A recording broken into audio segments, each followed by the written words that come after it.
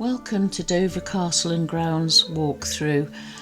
Basically, due to the amount of public that was in the area, children, adults alike, the presentation is a little bit disjointed, but enjoy nevertheless.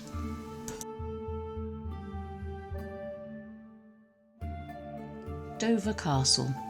Medieval fortified castle complex in Dover, Kent in England, looking over the English Channel at the crossing's narrowest point from a height of 375 feet or 114 metres above sea level.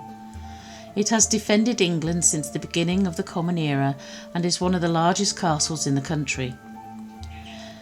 Though there are evidence that there were fortifications built at the site before the arrival of the Romans, the oldest survival is a lighthouse built by the Romans soon after their conquest of Britain in the 1st century. It is possibly the Britain's oldest building still standing. It was converted into a belfry about 1,000 years after it was built.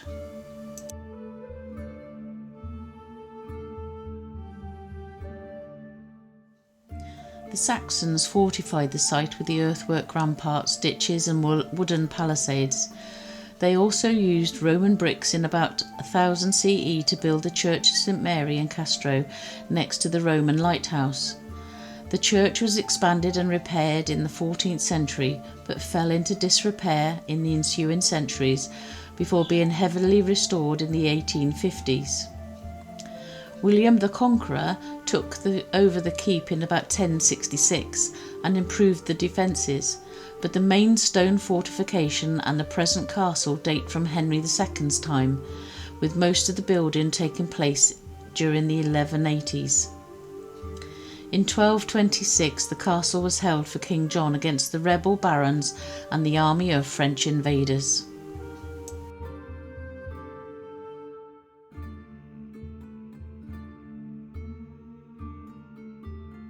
Building continued under Henry III, and the castle withstood another siege in 1265. During the reign of Edward VI, residential rooms were created within the main tower. Later modifications include some fortifications added by Henry VIII, which included a 23-foot or a 7-metre long bronze cannon known as Queen Elizabeth's pocket pistol. Some of the rooms in the Great Tower have inscriptions scratched in the walls by foreign prisoners of war who were held in the castle during the late 17th and early 18th centuries. The defences were massively again improved during the Napoleonic Wars.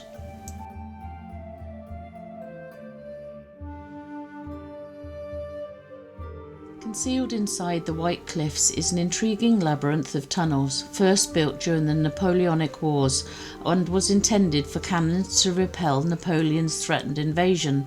This never materialised, but the tunnels came into their own during World War II when they were extended and used as bomb-proof offices, a small hospital and the headquarters of Operation Dynamo, the Dunkirk evacuations.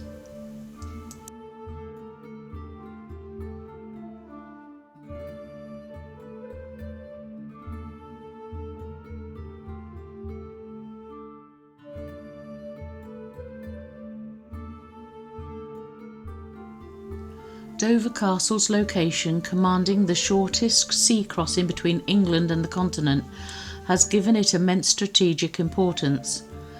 The chalk of the castle hill has been shaped and reshaped over the centuries into massive earthworks, ditches and mounds. Imposing walls and towers have been raised and networks of tunnels have been built beneath them. Henry II began building the present castle in the 1180s, and over the next 800 years its buildings, defences were adopted to meet the changing demands of weapons and warfare. The castle and grounds now are taken care of by the English Heritage. It's well worth a visit. It's an extremely good day out for families, well worth going to see and explore. Please enjoy the rest of the video.